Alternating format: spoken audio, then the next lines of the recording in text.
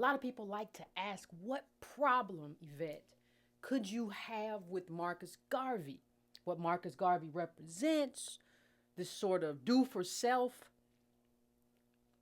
black star line, what problem could you have possibly with Garvey? Well, I thought I'd make a quick video, short video, just to outline some of the issues that I had with Garvey and his sort of pan Africanist movement. Now, there are some things that we should understand very quickly. Is that Garvey, during this period that he was talking about getting everybody back to Africa, which I have a problem with, during that same period, this was during his lifetime, there was something called the Red Summer. For those of you who know, the Red Summer was 1919. That was the Red Summer. That was an era of bloodshed in America. That was an era where a lot of Adolf's blood was spilled. And instead of focusing on that, Garvey was focusing on this sort of pompousness that I view as egotistical, that put him as a Jamaican American in the center of what ADOS were doing. And so the thought became, well, we can escape. And that thought, if you ask me honestly, I believe that there's a lot that Garvey stood for that was problematic then and is still problematic now in terms of how we do our politics. Because we now are still very invested in escape hatching.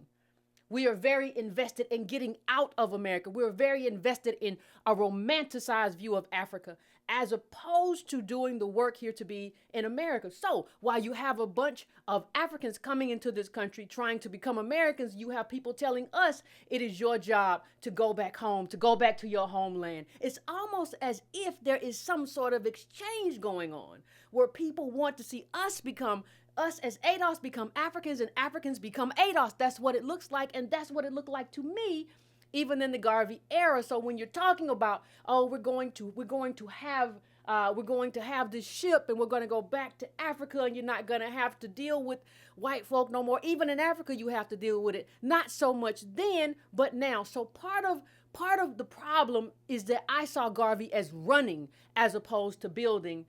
And as many people know, I have a problem with running. If your problems are here in America, then your work is here in America, not listening to someone who came here later tell you what you should be doing, and that thing that you're doing means that you have to go back to Africa. Now, I would remind everybody also that there are a number of ethnicities in Africa. So this idea that we're going to be automatically somehow accepted here, I just don't see how it made any sense.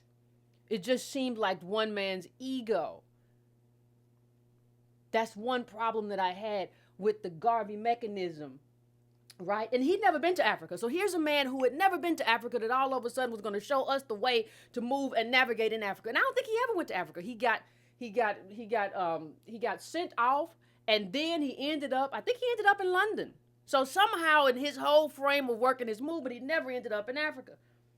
And he never really dealt with all of the limitations that come with a movement. This was very fantastical. It was like he was writing a movie as opposed to actually doing something that I view as worthwhile. There's also, when you talk about the back to Africa movement too, it just reminds me of the same thing that racists tried to do with the American Colonization Society, which was formed in 1817 to send free African Americans to Africa as an alternative to emancipation.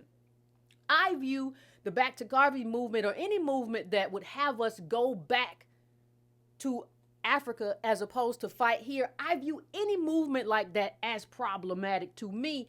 And it should be problematic to you that we would build the richest country in the world. And then after we build it and after we're done and America's rich, then we get to go into a third world country or a poor country or underdeveloped country. That to me seems like a kind of robbery.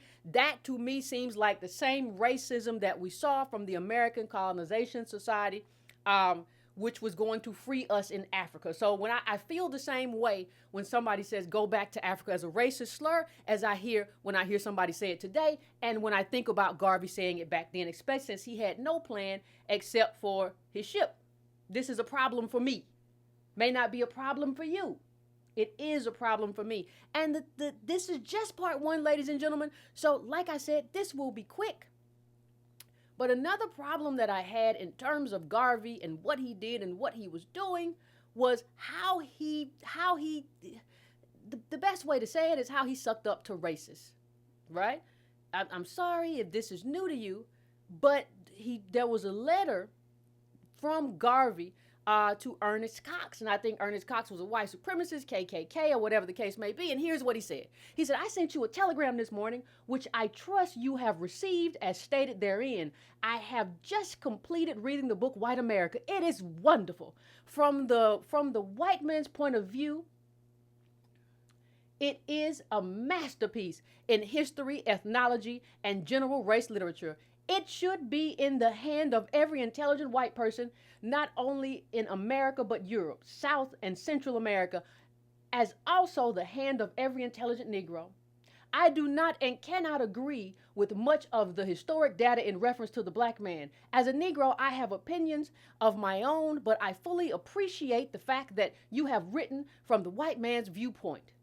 And in that I hereby agree and am in full sympathy. If I were your race, I would have written with the same force and probably with prejudice.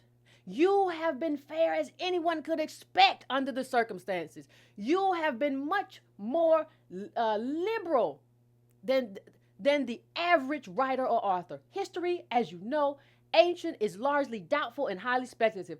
The points of vantage credited to the one race can be easily claimed by the other. Yet that is not a matter of dispute between us. The fact is that the modern Negro is a lazy, good-for-nothing slumberer. This is my conviction, arrived at by close and careful study and the experience. And if something is done for him, if something is not done for him, he will die as other unfit races have died. So you see, Garvey viewed us as an unfit race. In his letter to Ernest Cox, I have an issue with that. So this is just some of the things in terms of cozying up with racists, in terms of back to Africa, in terms of escapism. This is just a quick selection of why I have a problem with Garvey. I don't view the movement as serious. I think it still bleeds into the problematic politics that we have today. So, ladies and gentlemen, that is part one of the problem that I have with Marcus